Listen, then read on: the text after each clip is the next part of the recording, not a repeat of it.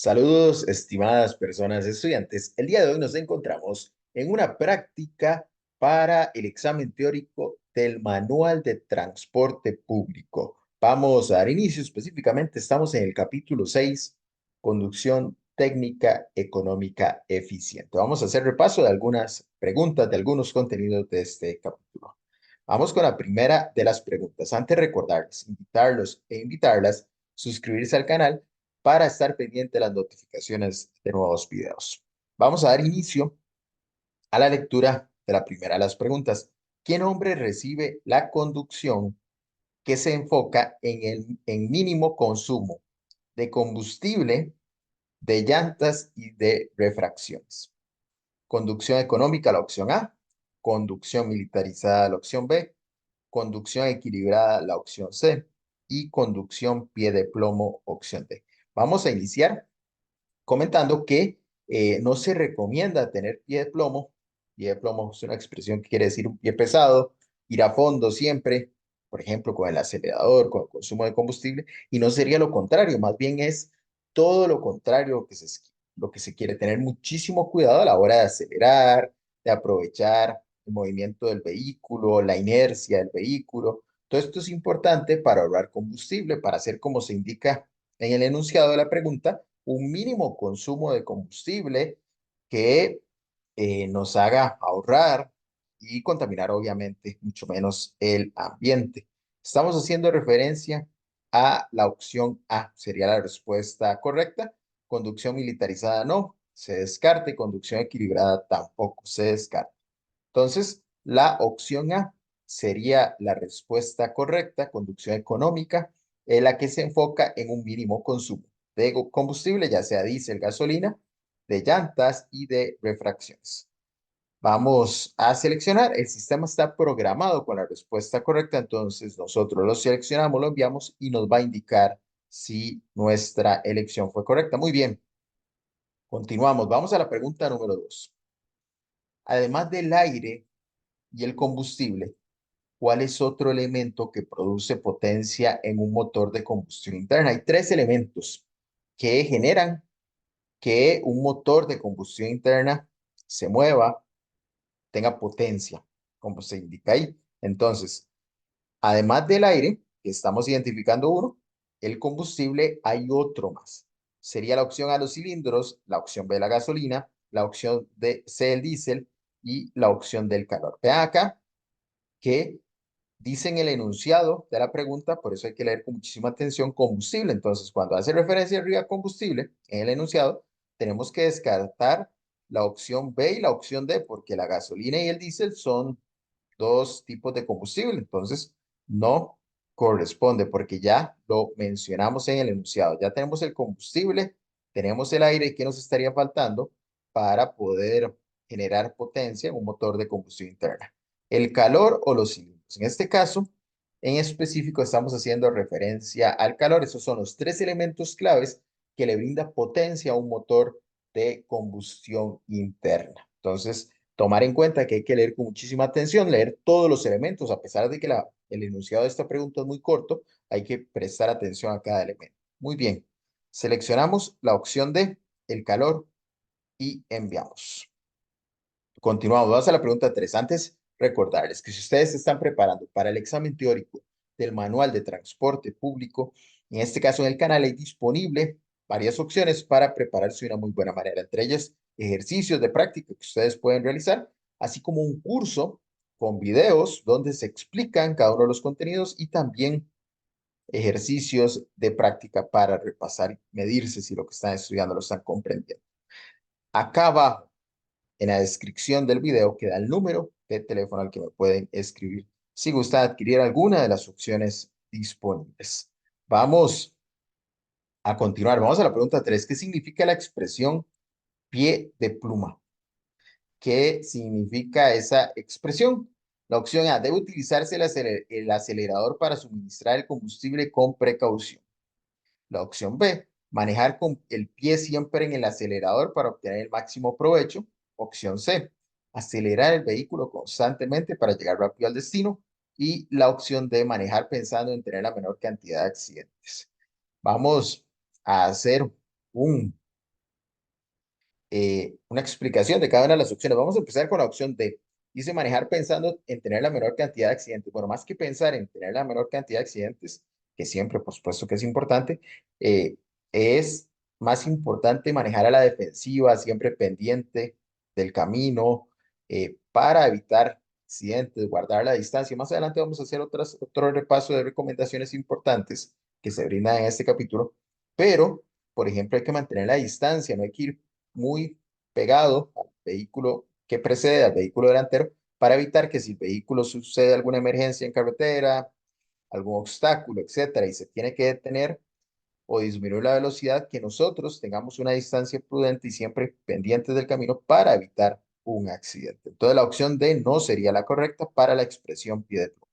La opción C, acelerar el vehículo constantemente para llegar rápido al destino. Bueno, esto no nos va a garantizar acelerar el vehículo de manera constante para llegar a nuestro destino más rápido. Esto no nos lo va a garantizar porque puede haber presas, pueden haber semáforos, pueden haber diferentes circunstancias en la vía que no permitan esto. Y lo ideal es conducir con precaución, manejar a la defensiva y no violar los límites de velocidad permitidos. Entonces, la opción C no es lo que nos permite explicar la expresión pie de pluma. La opción B, manejar con el pie siempre en el acelerador para obtener el máximo provecho. Tampoco vamos a gastar exceso de combustible, vamos a deteriorar nuestro vehículo y no es lo ideal. La opción A sería la más pertinente, que nos permite completar el significado de la frase pie de pluma. Debe utilizarse el acelerador para suministrar el combustible con precaución. Recordar con precaución quiere decir que si vamos pendiente del camino y vemos que a 100 metros se puso o se está por poner un semáforo en rojo, sabemos que vamos a tener eventualmente que frenar. Si vemos una presa de vehículos, un congestionamiento vial en carretera a 50 metros, bueno, no tiene sentido que yo lleve el pie en el acelerador para consumir más combustible si sé que voy a frenar, y entonces debería aplicar la compresión o otras técnicas de manejo que permitan disminuir el consumo de combustible, y obviamente hacerlo con precaución es lo más importante. La opción A es la respuesta correcta. Nosotros la seleccionamos, la enviamos y continuamos. Vamos a la pregunta 4. Un ejemplo de manejar a la defensiva es: cuando llueve, siempre encender las luces y aumentar la velocidad para salir de la zona de tormenta. La opción B, avisar a los demás conductores y usuarios de la vía las acciones que vamos a realizar. Opción C, detenerse de manera súbita siempre que no sea en una pendiente. Ir pendiente de la radio por si hay alguna situación de emergencia en carretera. Bueno, en este caso, vamos a iniciar con la opción A. ¿Por qué la opción A no? Porque dice siempre que yo encender las luces. Bueno, sí, eso sí es una práctica importante, no tanto de manejar a la defensiva, pero sí es una práctica importante y es una obligación que como conductores tenemos. Recordar que las luces son obligatorias utilizarlas desde las 6 de la tarde, 18 horas, hasta las 6 de la mañana del día siguiente. Entonces, eso es importante tomarlo en cuenta. Y cuando llueve, cuando hay situaciones que el clima no permite una visibilidad clara en carretera, es importante encender las luces. Pero la segunda parte del enunciado sí no es correcta. Por ejemplo, dice aumentar la velocidad para salir de la zona de tormenta. Más bien, cuando hay zona de tormenta, cuando hay lluvias en exceso, lo que se recomienda es disminuir muchísimo la velocidad para evitar un accidente, porque nos va a costar más desplazarnos, la carretera va a estar resbalosa, va a estar mojada, nos va a costar frenar, etcétera. Entonces, la opción A no es correcta. Descartamos la opción A. Vamos a la opción C. Detenerse de manera súbita siempre que no sea en una pendiente. No.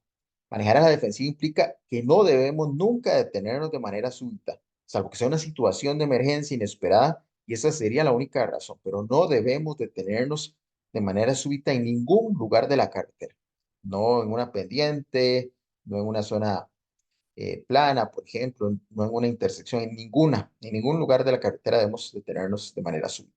Eso sería la opción C. Descartamos. Ir pendientes de la radio por si hay alguna situación de emergencia en carretera. Bueno, más que ir pendiente de la radio, es ir pendiente del camino, con la mirada siempre en el camino, estar alejado de objetos distractores, las dos manos en la manivela o en la palanca de cambios, etcétera. Pero siempre es importante ir pendiente más que de la radio de la carretera. Por tanto, debería ser la opción B la correcta. Avisar a los demás conductores, esto sería manejar a la defensiva.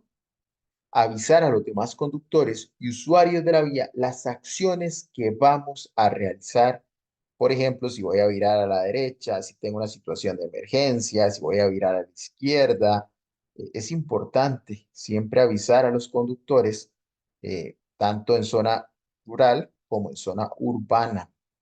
En zona urbana, por ejemplo, es importante siempre utilizar las direccionales. Si vamos a hacer un viraje a la izquierda en una zona que es permitida, a una intersección, un cruce, etcétera, que es permitido hacerlo, entonces si vamos a virar a la derecha, etcétera, o tenemos que avisar a los demás conductores. Y, por ejemplo, en zonas rurales, en las carreteras, cuando vamos en viajes largos, a veces hay alguna situación de emergencia, algún congestionamiento de vehículos y es importante encender las luces de emergencia para indicar al conductor, qué sé yo, que viene atrás a 200, 300, 400 metros, quizás más o menos, y que tal vez no detecte que nos detuvimos por completo, disminuyó muchísimo la velocidad y las luces de emergencia nos van a permitir alertar y evitar un accidente. Entonces, eso es manejar a la defensiva.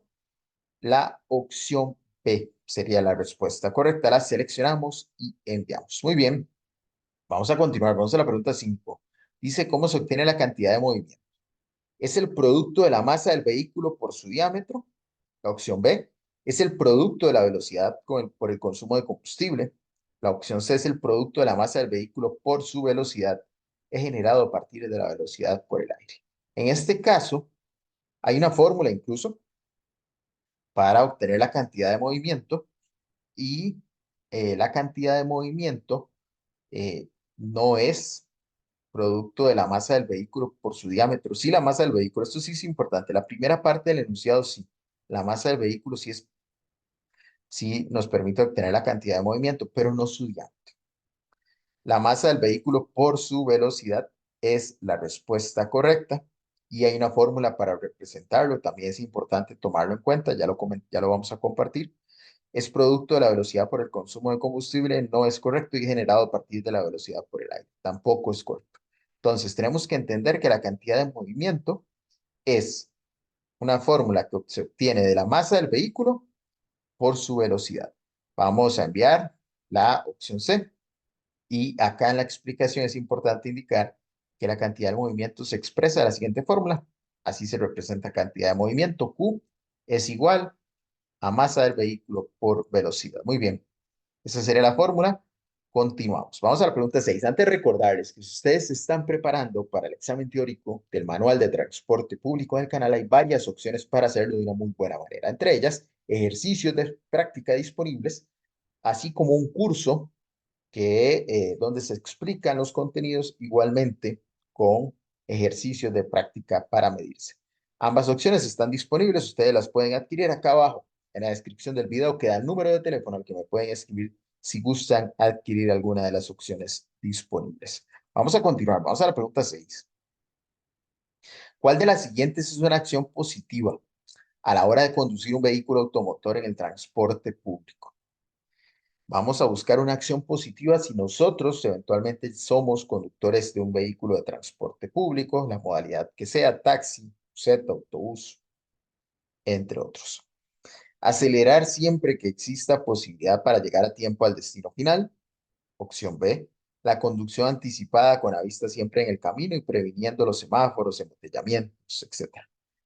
La opción C, que el transporte sea directo para que solamente existan dos paradas autorizadas, una al inicio y otra al final del recorrido.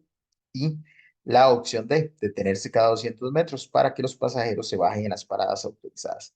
Bueno, vamos a empezar a descartar. ¿Por qué la opción D no? Claro que es importantísimo las paradas autorizadas, eso es clave, lo tenemos presente, pero no existen cada 200 metros. Entonces, no hay que detenerse cada 200 metros para eso, solamente en los lugares donde existan las paradas autorizadas. Entonces, la opción D la debemos descartar.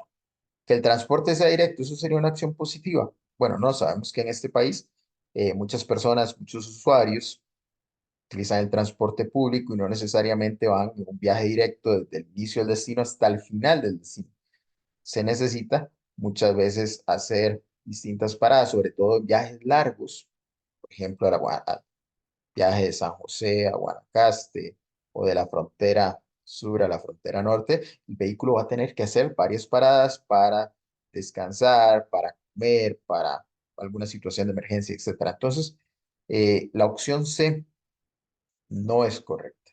Vamos a la opción B, que sí es la correcta. Hay que tener una conducción anticipada. ¿Y qué implica la conducción anticipada? Que es una acción positiva a la hora de conducir un vehículo de transporte público. La vista siempre en el camino, como hemos insistido, eso siempre lo tenemos que tener todos los conductores, no solo los vehículos de transporte público o los conductores de transporte público, sino todos los conductores y prevenir los semáforos. Si vemos que un semáforo está en amarillo y va a cambiar a rojo, es importante desacelerar, compresionar el vehículo. Si vemos que hay un embotellamiento, ¿para qué acelerar, llegar rápido al embotellamiento? Si no nos vamos a mover, entonces es importante siempre conducir a la defensiva y de manera anticipada. Es una acción positiva. La opción A, para terminar de descartar, acelerar siempre que exista posibilidad para llegar a tiempo al destino final. No. Recuerden que tenemos que hacer un consumo de combustible mínimo y no implica acelerar siempre. Entonces, totalmente lo contrario. La opción A la descartamos, la opción B la respuesta correcta. Seleccionamos y enviamos. Pregunta 7. ¿Cuándo se logra el rendimiento óptimo de un motor en un vehículo? Mediante la aceleración y diésel que se genera, la opción A. La opción B, cuando se logra llegar al destino final en el menor tiempo posible. La opción C, con el máximo consumo de combustible. Y la opción D, con el consumo mínimo de combustible. Entonces recuerden que por ejemplo, vamos a leer la opción B y por qué no la opción B.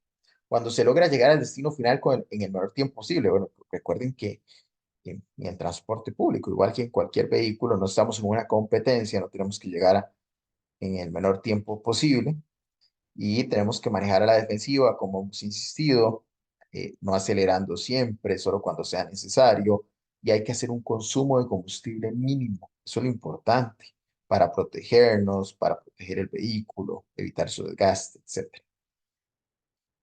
Más allá de las condiciones óptimas que el vehículo se va a desgastar, lo sabemos. Cuando se logra llegar al destino final en el menor tiempo posible, no es correcto. Con el consumo máximo de combustible sería lo contrario. Para un rendimiento óptimo de un motor en un vehículo, lo importante es el consumo mínimo de combustible. La opción D sería la respuesta correcta. Vamos a leer la opción A. Siempre tenemos que leerla, por más seguros que tenemos de haber encontrado la respuesta. Mediante la aceleración y el diésel que se genera. No es correcto. El rendimiento óptimo, entonces, ¿cómo indicamos para un motor? En el caso de un vehículo, es el consumo mínimo de combustible. Se logra de esa manera. Seleccionamos la opción D, enviamos y continuamos. Vamos a la pregunta número 8. ¿Por qué es importante conocer el manual del vehículo? Hay personas que adquieren un vehículo, sea nuevo o usado, y no abren el manual, no traen el manual, o bien no le prestan atención. Siempre es importante prestar atención al manual, sacar un ratito, por un buen rato, porque a veces son largos, son extensos, pero hay que prestar atención, hay que leerlo y sobre todo algunos capítulos importantes que trae, algunos artículos, algunas páginas, para conocer el modelo del mismo. Bueno, no, porque eso está no necesariamente en el manual, también viene en el manual, pero viene en otros lugares, por ejemplo, en el marchamo, ahí viene el modelo, a veces en una puerta del vehículo viene el modelo, etcétera. Entonces, no necesariamente para eso. La opción C la descartamos. Para identificar las velocidades correctas para acelerar, tampoco sería lo ideal si tenemos, como indicábamos antes, un rendimiento óptimo del motor, si es importante las velocidades, dónde hacer los cambios, etcétera, pero no nos permite completar la opción de la pregunta, porque es importante conocer el manual del vehículo. Para mejorar el rendimiento de velocidad del vehículo, sobre todo en unidades de transporte público. No, no es para eso que tenemos que conocer el manual del transporte, del manual del vehículo, perdón. Para eso no es. Para la opción B no. Por tanto, debería ser la opción A. Para la correspondiente aplicación de sus especificaciones técnicas y operativas. Para eso sí es importante conocer en este caso, el manual del vehículo. Para cualquier particularidad, tanto en la parte técnica como operativa, es importante siempre sacar el rato para poder leer el manual del vehículo. Muy bien, la opción A es la correcta. Seleccionamos y enviamos. Vamos a la pregunta número 9. Para acelerar un vehículo es importante hacerlo de una vez para llegar rápido a la meta, constantemente para lograr llegar deprisa al destino. La opción C, de manera progresiva, y la opción D, con pie de plomo. Ahora dijimos que más bien hay que manejar con el pie de pluma, totalmente lo contrario a pie de plomo. Descartamos la opción D. Hay que hacerlo, acelerar un vehículo es importante hacerlo de manera constante para lograr llegar deprisa al destino. No, recuerden que hay que hacerlo con precaución, con mucho cuidado, tratando de ahorrar combustible, proteger el vehículo, las llantas, no desgastar de más el vehículo. De manera progresiva sería lo importante. Para acelerar un vehículo es importante hacerlo de manera progresiva. Una vez para llegar rápido a la mayor, tampoco. Hay que hacerlo, como indicamos, de manera progresiva, no de una vez al fondo, porque estamos malgastando la energía del vehículo, contaminando de más, etcétera. La opción C, la respuesta correcta, seleccionamos, enviamos y continuamos a la última pregunta. Antes de recordarles que si ustedes se están preparando para la prueba teórica, el examen teórico del manual de transporte público del canal, hay disponible varias opciones para hacerlo de una muy buena manera. Prepararse de una muy buena manera, entre ellas ejercicios de práctica, así como un curso con videos donde se explican y explican los contenidos, así como ejercicios de practicar para medirse, para reconocer si están identificando lo importante. Vamos igual a continuar, pero antes recordarles que si ustedes están preparando acá abajo, quieren adquirir alguna opción acá abajo en la descripción del video, que al número de teléfono que me pueden escribir si gustan adquirir alguna de las opciones disponibles. Vamos a leer la última de las preguntas de este video gratuito. Una práctica importante en carretera para una conducción económica es pisar a fondo el acelerador. Bueno, no sabemos, ya lo hemos comentado de manera amplia en este video. No es lo ideal pisar a fondo el acelerador, sino hacerlo de manera progresiva, con cuidado, para ahorrar combustible. La opción B, mantener una distancia adecuada con el vehículo delantero. Si esto es una práctica importante en carretera para evitar accidentes, para evitar frenazos de pronto, etc. Variar la velocidad de manera constante, ¿no? Siempre es importante ir a una misma velocidad siempre que el destino lo permita, el camino, etcétera. Entonces, variar la velocidad no. La opción D, mantener una mínima distancia con el vehículo delantero, no es lo contrario a lo que elegimos como correcto. ¿Por qué? Porque si mantenemos una distancia mínima, qué sé yo, 30, 1 metro, 2 metros de distancia con el vehículo delantero, sobre todo en zonas rurales, cualquier lugar, zona urbana también, una distancia mínima con el vehículo delantero y el vehículo delantero frena de pronto y nosotros no vamos alerta o por más alerta que vayamos, no nos da tiempo para frenar, para reaccionar, etcétera. Por eso no es lo recomendado tener una distancia mínima con el vehículo delantero, sino una distancia adecuada que nos permite. ¿Qué es una distancia adecuada? ¿Cómo podríamos definir una distancia adecuada? La opción que nos permita que nosotros sepamos que si va a haber una situación de emergencia, que vamos a tener que frenar de repente en carretera, que nos permita a nosotros, mira, sí, sí me da chance. Estoy viendo allá lejos a 20 metros, a 10 metros, etcétera, de distancia el vehículo, y sí me va a dar tiempo de frenar ante una situación de emergencia. Eso es una distancia adecuada. Entonces, depende del recorrido, el camino, etcétera, lo podemos nosotros medir. Y eh, esa sería la respuesta correcta. Opción B, descartamos las demás, que ya las leímos todas y comentamos, y la vamos a enviar. Muy bien. De esta manera estamos llegando al final de esta práctica. Agradecerles por acompañarnos, invitarlos e invitarlas a suscribirse al canal, seguirnos en redes sociales y nos vemos en un próximo video.